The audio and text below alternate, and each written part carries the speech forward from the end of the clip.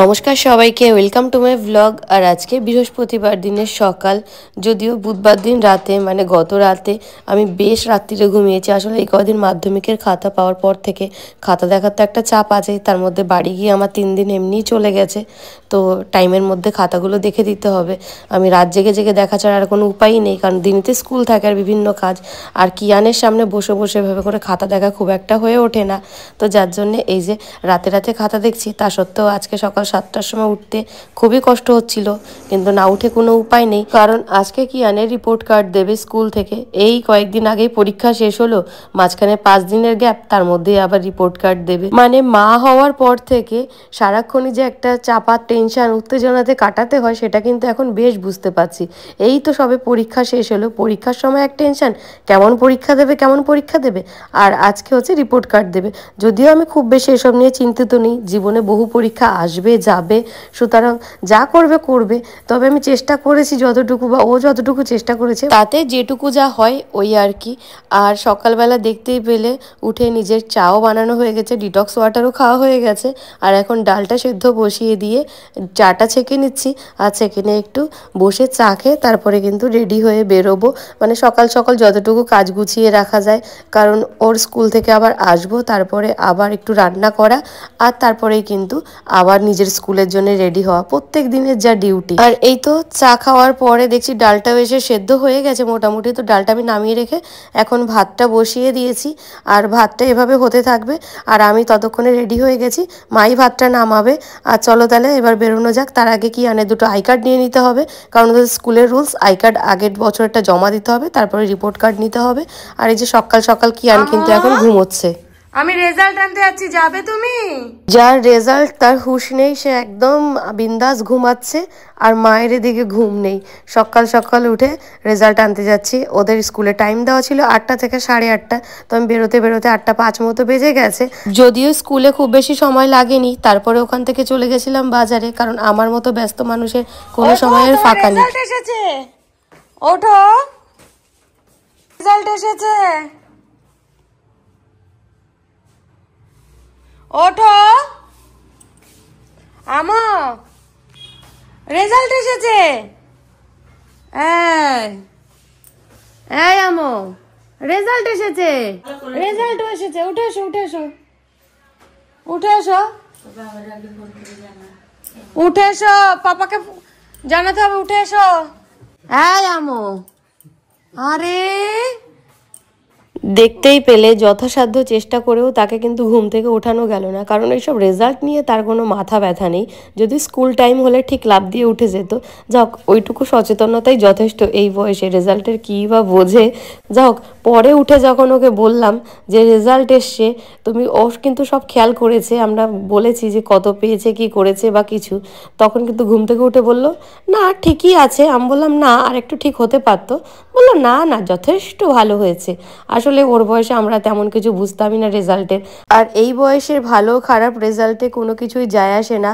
জীবনটা অনেক দীর্ঘ, জীবনে বহু পরীক্ষা দেবে, রেজাল্ট খারাপ হবে ভালো হবে, এইসব ওঠাপড়ার মধ্যে দিয়েই বড় হবে। আর যারা এই সমস্ত ওঠাপড়া মানিয়ে নিয়ে লড়াই চালিয়ে যেতে পারবে, তারাই কিন্তু শেষমেশ সাফল্যের মুখ দেখবে। সুতরাং এটা কোনো খুব বেশি বড় বিষয় নয়। তো চলো, আর আজকে দেখতেই পেলে আমি এসে দেখছি মা অলরেডি ডুমুরের তরকারি বসিয়ে দিয়েছে। আমি শুধুমাত্র চিংড়ি মাছটা নিয়ে এসেছিলাম, ওটাকে একটুখানি ভেজে দিয়ে দিয়েছি, আর বাকি ডাল মাই করেছে আর আলু ভাজা করেছিল সাথে। তো সময় যখন পেয়েছি আমি আজকে ভাবলাম একটু শাড়ি পরে যাব।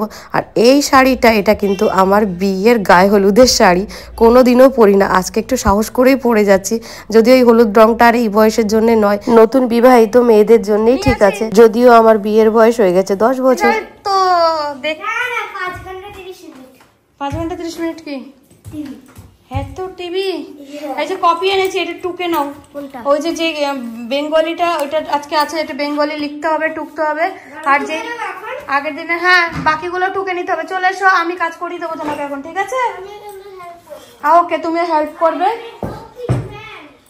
হ্যাঁ, তুমি হেল্পিং ম্যান।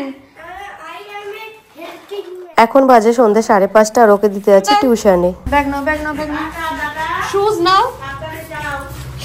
আর আজকে থেকে কিয়ান অফিসিয়ালি ক্লাস 1 এর স্টুডেন্ট হলো, অনেক বড় ক্লাস, মানে ও যেহেতু গত 3 বছর ধরে পড়াশোনার সাথে যুক্ত, নার্সারি LKG দুটো ক্লাস পার করে এখন কিন্তু UKG-তে প্রমোটেড হয়েও গেল। আর ওকে দিয়ে এসে আমি বসেছি 1 কাপ চা নিয়ে। আর তারপরে কিয়ানকে ম্যাডামের বাড়ি থেকে আনতে ওর একটু আবদার ছিল, মা আমাকে একটু মলে নিয়ে যাবে। তো আমি ভাবলাম চলো, আমার যেহেতু মাসের মুদিখানা বাজার আনতেই হবে, তাই যে একবারে রেডি হয়ে গেছি। আর এখন আমরা বেরোবো। চাবি না, ব্যাগ না, চাবি না, নিয়েছো না, চাবি না, ব্যাগ না। চল চল তুই চল। কিয়ান চলো। এত নাচানাচি করে না।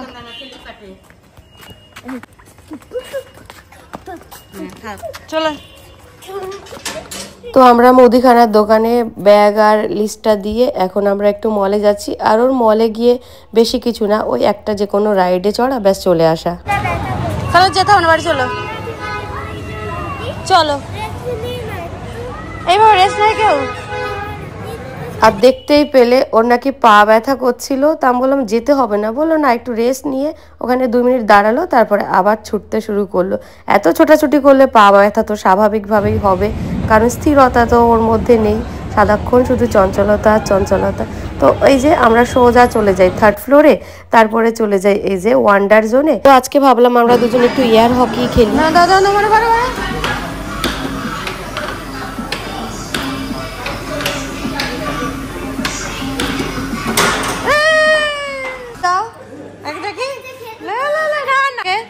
Very good. আর ওখান থেকে বেরোতে বেরোতেই বলছিল মা কিছু একটা খাওয়াবে, কিন্তু কি খাবে সেটা নিজেও ডিসাইড করতে পারছিল না। আর এইখানে এই যে চকলেট, চিপস, ক্যান্ডি, বিশাল একটা দোকান। যদিও বারবারই দোকানটার দিকে তাকায়, কিন্তু আমি কোনোদিনও ওকে নিয়ে ঢুকিও না। আজও যথারীতি এদিক ওদিক ঘোরাঘুরি করে এবার আমরা যাচ্ছি বাইরের দিকে। বাইরে থেকে কিছু একটা খাইয়ে দেব। আর বাইরে বেরিয়ে ওর আবদার ছিল একটা চিকেন পকোড়া, তো সেটা আমি খাইয়েছিলাম। রেজাল্ট বেরিয়েছে বলে কথা। তারপরে আমরা দোকান থেকে মুদিখানা বাজার নিয়ে চলে এসেছি বাড়িতে। তো আজকের ব্লগটা এই পর্যন্তই, টাটা।